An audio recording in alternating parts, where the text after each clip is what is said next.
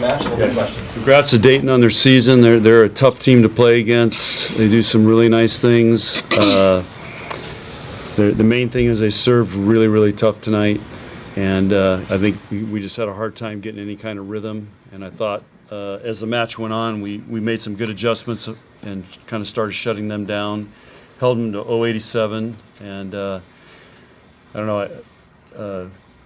So I thought we did a really good job on that, and I thought we served them pretty tough and created some good opportunities for us to slow them down. And we got a lot of touches, a lot of digs off of them. And, we didn't – Lexi had 20 kills and 68 attempts. That's probably a pretty good night shutting her down. Oh, I thought you were Lexi Rodriguez. Me too. Questions? John, did you make any adjustments on defending Lexi, or did she just wear down? Well, we prepared for her, but she was moving around pretty good. They set her a lot of back row tonight, which she got some. That's where she got most of her kills. And when she was out on the pin, I thought she tooled us a couple times, but I thought we did a pretty nice job.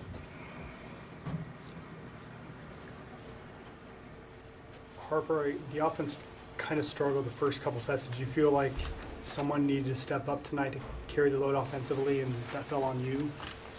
No. I think we struggled to side out throughout the game, but I also think it's a mix of our passing and setting, too. I think throughout the game they started serving tougher, and our passing struggled a little bit, too. So I think it was just a mix of everything. But, Bergam was giving me great sets, but there's credit to her for that because I wouldn't have been able to get those kills without her, so. Coach, what's the message like going into that fourth set? Just kind of, obviously a real long set there. It's a late night, but what do you do going into the fourth one? We just talked about trying to get in a better rhythm.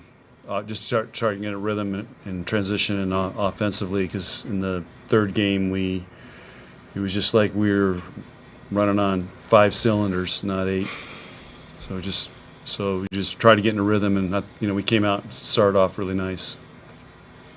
Rebekah, what's the challenge when you're sitting around waiting for the match before you to finish, not knowing when you're going to get out of the court to warm up? What's the challenge? To say there's one, that's hard. I think the biggest thing is staying present. So the A&M and Wisconsin match obviously is something easy to take up a lot of our attention. But the biggest thing is being able to separate ourselves from that match and not looking too far into the future.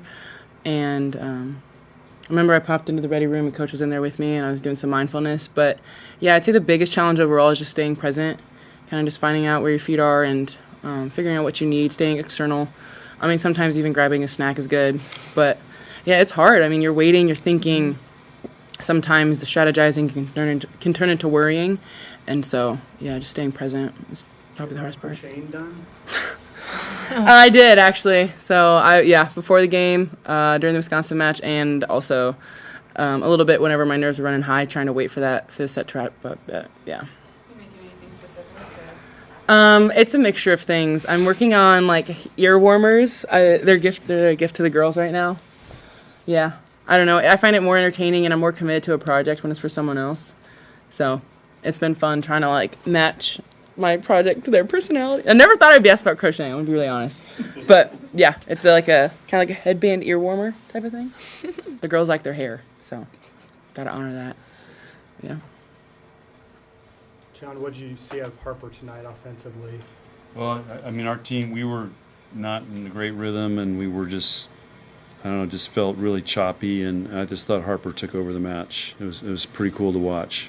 She did serving, defensively, attacking. She had a couple blocks, but I think it started with her serving. She made a run every time she was back there, it seemed like. So this time of year, you got to have players step up. Harper, what are you more proud of, the 22 kills a night or those 3 aces you had in a row? Oh, I don't know. I think probably my serving. Just because I remember at the beginning of the season, Coach was like, we're not siding out well, or we're not scoring in your rotation serving. And I kind of took it personal, and now I like to yo-yo and go back and forth from serving deep, and I think mixing it up makes it really tough on the passers, but I would probably say I'm more proud of my serving. Harper Bergen usually keeps a pretty balanced offense. When there's a lot of swings on you, just how do you handle that? And how did you kind of get into a flow going into the fourth set? I mean, I try and stay present, like Becca said, but I also think as an attacker, like, you have to want that kill for your team. And I think instead of thinking, like, oh, I need this kill so I can get another kill on my stats, it's more so like, I need another point for my team so we can get another run and we can win the next point. So I think just keeping that mentality helps me a lot, thinking about getting the kill for Bergen and the rest of the girls on the court with me. But I mean, Bergen's sets were awesome tonight, and we got into a rhythm pretty early on, but that's all credit to Bergen. John, how do you feel about how you competed, even though it wasn't always perfect offensively? We competed hard. I mean, you saw some of those rallies. I mean, if we were in practice and I had the whistle, I probably would have blown the whistle several times because I thought the rally was done, the ball was down. So we played really hard. It's just it just never felt like we were in a great flow.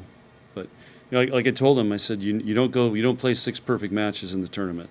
There's going to be times where it's going to be ugly, and you got to struggle and you got to fight, win ugly, and fight through it and keep pushing through it. And you know, if you look at the stats in the fourth game, we held them to negative 150 or 148, and we hit almost 300. So that was a nice finish by us. Any more questions? What's the latest match end in video that you can? This has to be yeah. This has to be it. I mean, it's like midnight, isn't it? 11:52. Yeah. No. That's freaking terrible. No, it's okay. There's no, yeah. We look dead. Yeah.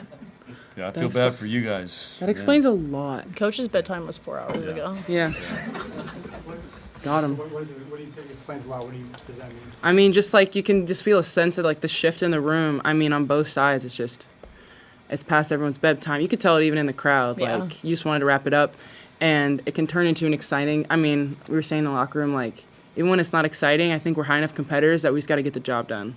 And so it's not really about how you feel. You just got to do it, you know? So, yeah. John, is expect Lindsay back by Sunday, or what's her status? I don't know. I was told she wasn't here. I don't know what her deal is. She was sick or something. So I don't know anything. I was told she was. They took her away. So All right, thank you. okay.